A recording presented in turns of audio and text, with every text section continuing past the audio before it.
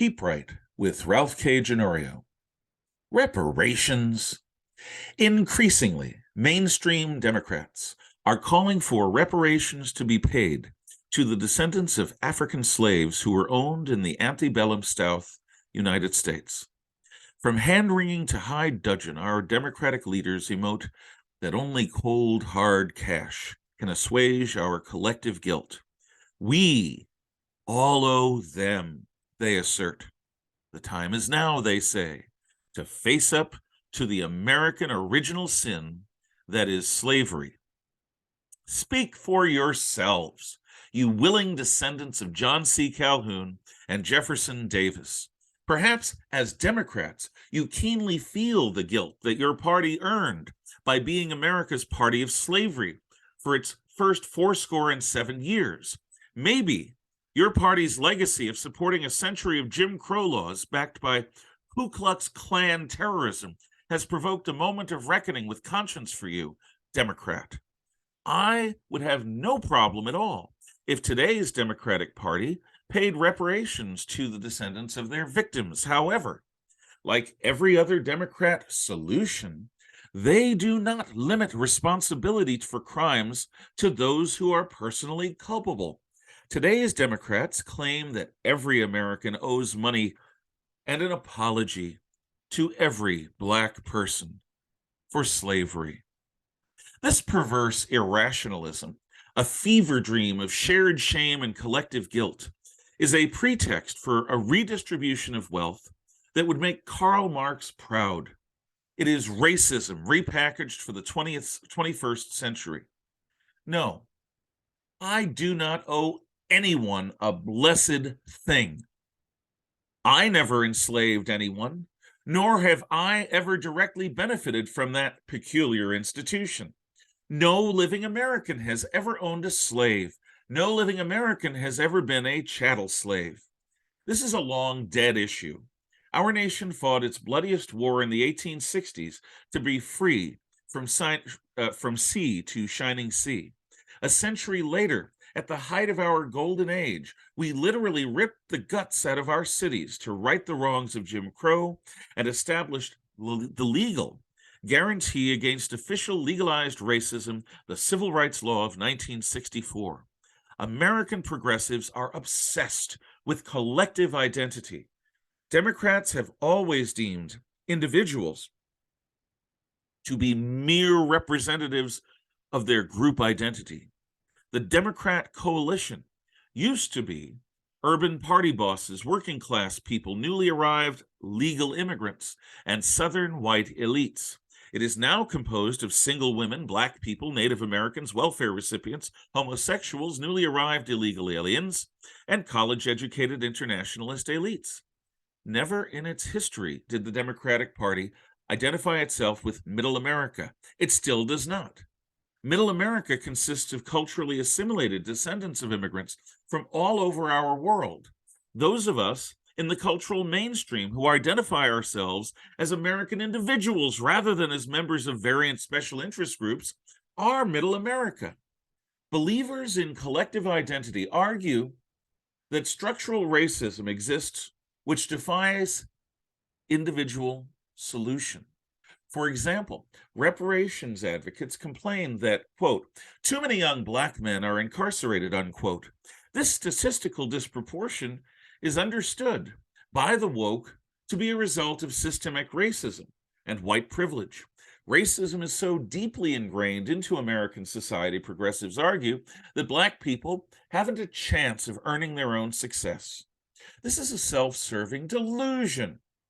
The reason why a much larger proportion of young Black males are in prison relative to their proportion of the population is because too many young Black men commit serious crimes. Personal choice, not group identity, is the cause. Reasonable people then fairly ask precisely why so many young Black men are prone to crime. The answer is not and never has been racial.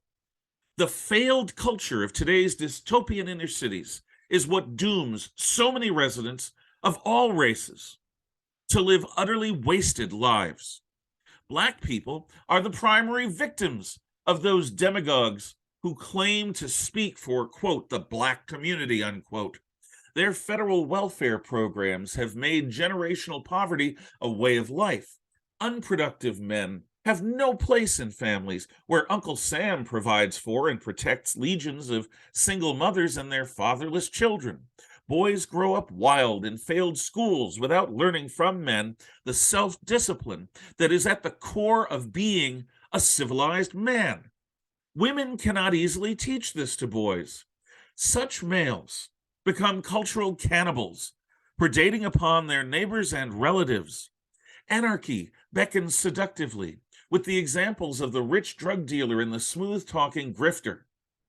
Functional men, providers and protectors, are almost unknown. Generations have been wasted because Democrat politicians leech parasitically off the misery of the so-called black community.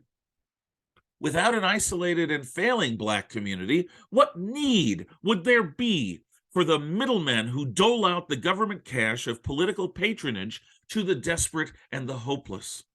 The last thing that young black men and women need is more liberal compassion and the free money it provides. Instead of reparations, poor people need a new system of social welfare, one that is not designed to kill the souls of its recipients and keep them in eternal dependence.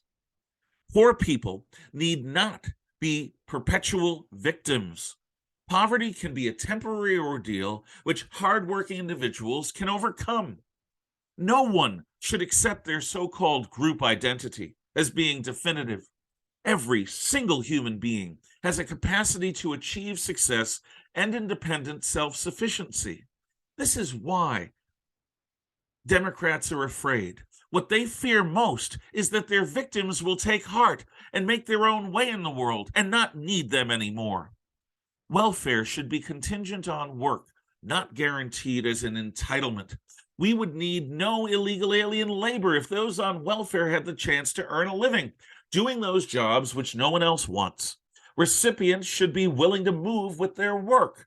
American schools should not be warehouses for the uneducable. The children of poverty deserve schools where successful students are not demonized as being Uncle Toms. In the toughest neighborhoods, the savagery of the streets used to stop at the schoolyard gate. So we should make it once again.